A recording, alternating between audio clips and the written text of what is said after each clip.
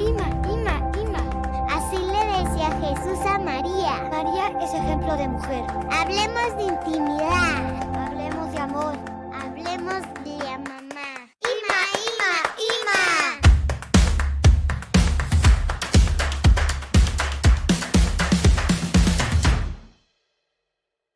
Hola, ¿cómo están? Estamos una vez más en este programa de encuentro, en la última parte de la historia de Ana, porque la vez pasada tuvimos que cortar, pero la verdad es que no terminamos la historia, ahí el final ahí no termina, entonces hoy vamos a concluir de una manera muy rápida, así que digamos que es la segunda parte del tercer capítulo de Ima Encuentro. Vamos a terminar. Ana, te cedo la palabra para que termines tu historia. Bueno, para ir un poco ya terminando la historia y llegando al punto que a mí me parece como una de las cosas más interesantes, ¿cómo es que llego a curarme, entre comillas, si es que lo que pasó es que me curé, o cómo llegué por lo menos a recuperar mi salud en este sentido? Yo lo hice simplemente tomando conciencia de mis ciclos.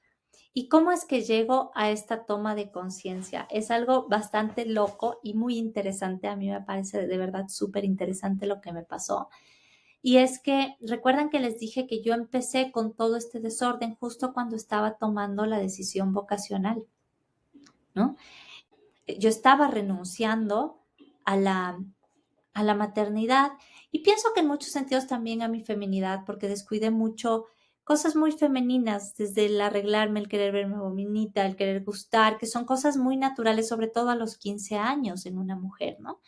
Bueno, yo renuncié a todo esto y luego, 10 años más tarde, cuando yo tenía ya 25 años, por distintos motivos y temas igual de salud y así, hice un discernimiento y vi que mi camino vocacional pues no seguía por ahí, ya no era momento de seguir en la institución en la que estaba y el Señor me llamaba a algo distinto, ¿no? Y en el momento en el que yo decido pedir la dispensa y salir, me pasa algo rarísimo, rarísimo, para mí rarísimo. Y es que el momento en el que yo renuncio al camino vocacional por el que había optado, regresa mi periodo.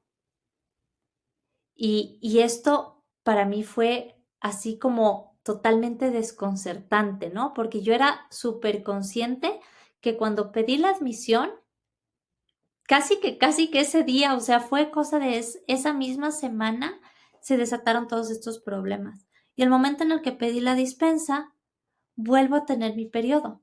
Ya evidentemente sin necesidad de la progesterona ni nada de esto. Entonces, esto ya me hizo cuestionarme mucho, ¿no?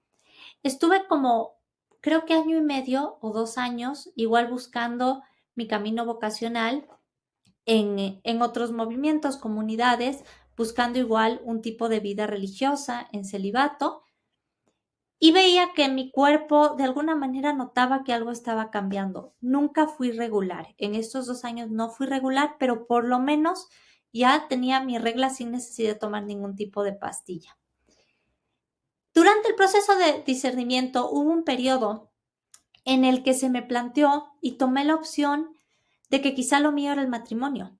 Y pues me lo planteé ya siendo más grande, ya no a mis 15, sino a mis 27, 28 años. Dije, bueno, tal vez yo decidí esto muy pequeña, tal vez nunca me abría a otra opción, a conocer el amor humano, y me planteé la opción matrimonial como parte de mi vocación. Sorpresa, me empiezo a regular. Y entonces ahí sí dije, o sea, ¿qué está pasando aquí? ¿Cómo mi cuerpo puede saber lo que estoy pensando, lo que estoy decidiendo, lo que hay en mi cabeza o lo que hay en mi corazón? ¿No? A mí me parece impactante. Lo que te pasó, Ana, en grandes rasgos, o sea, sin meternos a tanto detalle, porque habría que haber visto un estudio hormonal y haber seguido tus ciclos en cada proceso, en cada mes, en cada ciclo. Lo que podríamos decir en grandes rasgos es que tú estabas en este sentido de alerta desde muy pequeña, donde tú algo en tu intimidad no estaba conectado con realmente lo que te hacía feliz, lo que te hace feliz el día de hoy. Y eso es la vocación, que nos hace feliz, que nos hace plenas, es descubrir nuestro camino en la vida, el para qué estoy en este mundo. Entonces también va muy relacionado con tu vocación y cómo la intimidad no es únicamente espiritual, algo vago, sino que el espíritu está pegado a nuestro cuerpo y somos un ser humano, una persona que está cuerpo y espíritu pegados y no lo podemos separar. Entonces es por eso que tus síntomas se vayan relacionados con tu intimidad. Y con esa intimidad y esa aclarar tu panorama de vocación te hizo también bajar ese cortisol, que el cortisol es la hormona que mantiene el estrés en este sentido de alerta. En el momento en el que tú soltaste y te dejaste ir realmente a tu verdadera felicidad, a tu verdadera vocación, a conectar con esa intimidad, fue el momento en el que el cortisol también bajó las manos, bajó las armas y tu cuerpo empezó a reaccionar de una manera natural con sus hormonas y fue empezar a regular este tiempo que al principio dices no estuvo ordenado al 100, no estuve 100% regular, pero es que durante mucho tiempo tú dejaste, voy a hacer una analogía, un coche parado, ¿sí? O sea, tus hormonas se quedaron estancadas por mucho tiempo. Si tú dejas un coche parado sin prender, aunque sea, por mucho tiempo, la primera vez que tú vayas a prender ese coche se empieza a sonar como que realmente el motor le cuesta trabajo jalar, le cuesta trabajo prender y así le pasaron a tus hormonas. Entonces es un momento en el que tu cuerpo se empieza a estabilizar hasta que realmente se empezó a estabilizar cuando empezaste a encontrar tu verdadera misión en este. Pero el problema, Lu, es que no, porque el momento en el que hice mi discernimiento vocacional acerca del matrimonio, el misterio de la vocación, ¿no? Ese llamado a ser solamente de Jesús seguía ahí y a pesar de que tengo que decir que el amor humano me parece hermosísimo y descubrir la belleza del matrimonio, de la vida, de la familia es algo que me abrió un horizonte realmente casi a mis 30 años. A pesar de todo esto, he llamado a ser sola y exclusivamente de mi Jesús. Seguía ahí. Pero la diferencia es que ahora seguía ahí, pero con un miedo. Porque a medida que yo iba avanzando en este camino vocacional y cada vez se confirmaba más mi llamado al celibato, yo empecé a despertar el miedo de volver a enfermar. Y yo decía, es que si vuelvo a renunciar a la maternidad, si vuelvo a renunciar a tener un esposo, a tener una familia, mi cuerpo se va a volver a resentir. Y voy a volver, o sea, ahora que ya he recuperado mi periodo, mis ciclos, ahora que ya estoy bien, ahora que he bajado de peso, ahora que ya no tengo vello en la cara, ahora que todos esos síntomas, si yo vuelvo a tomar una opción vocacional en celibato, todo esto se va a volver a disparar, ese era mi miedo, ¿no?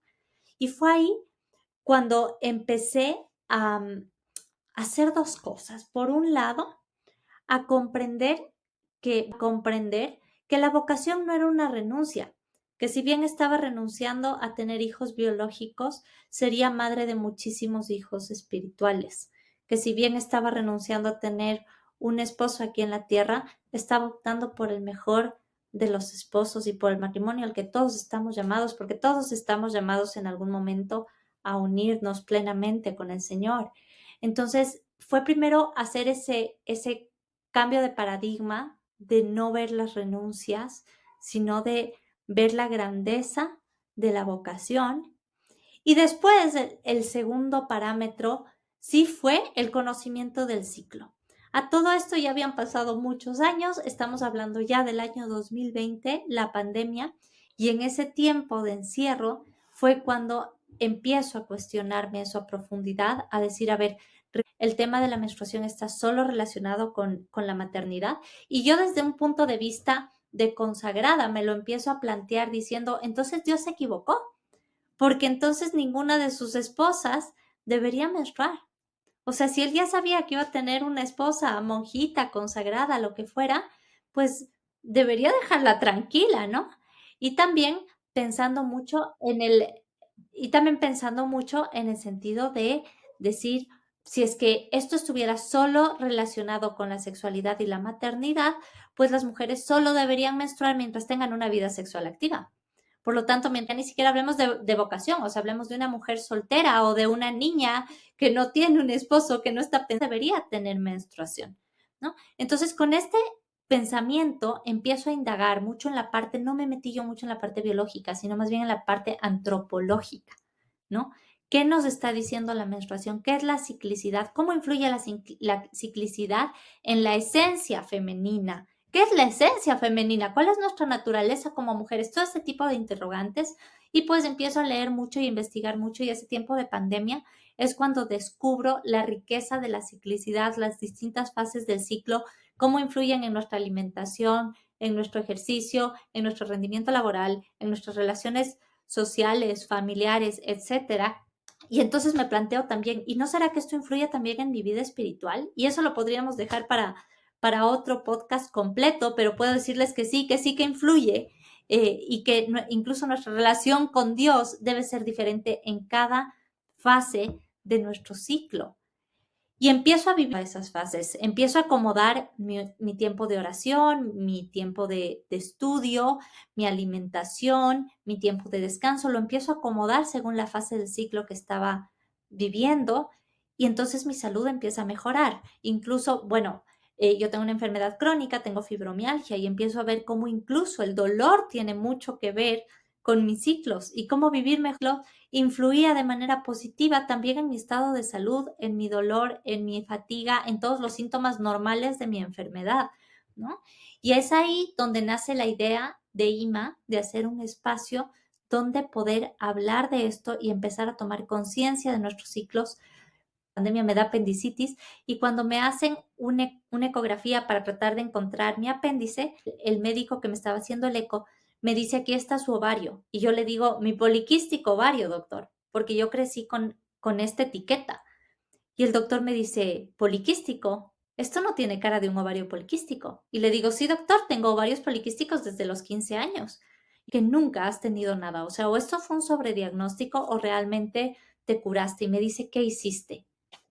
Y entonces tuve que decirle: doctor, realmente la receta es empezar a vivir según nuestra propia ciclicidad, ir conociendo nuestro cuerpo, ir conociendo nuestros ciclos, y ya está. Es así como le llamamos a uno de nuestros programas favoritos, que es Ciclos Conscientes. Síganos en IMA para que puedan descubrir esos ciclos conscientes y conecten con su ciclicidad como mujeres. Muchísimas gracias, Ana, por abrirnos tu corazón, y gracias a todos por escucharnos. Nos vemos en una semana. Gracias a todos.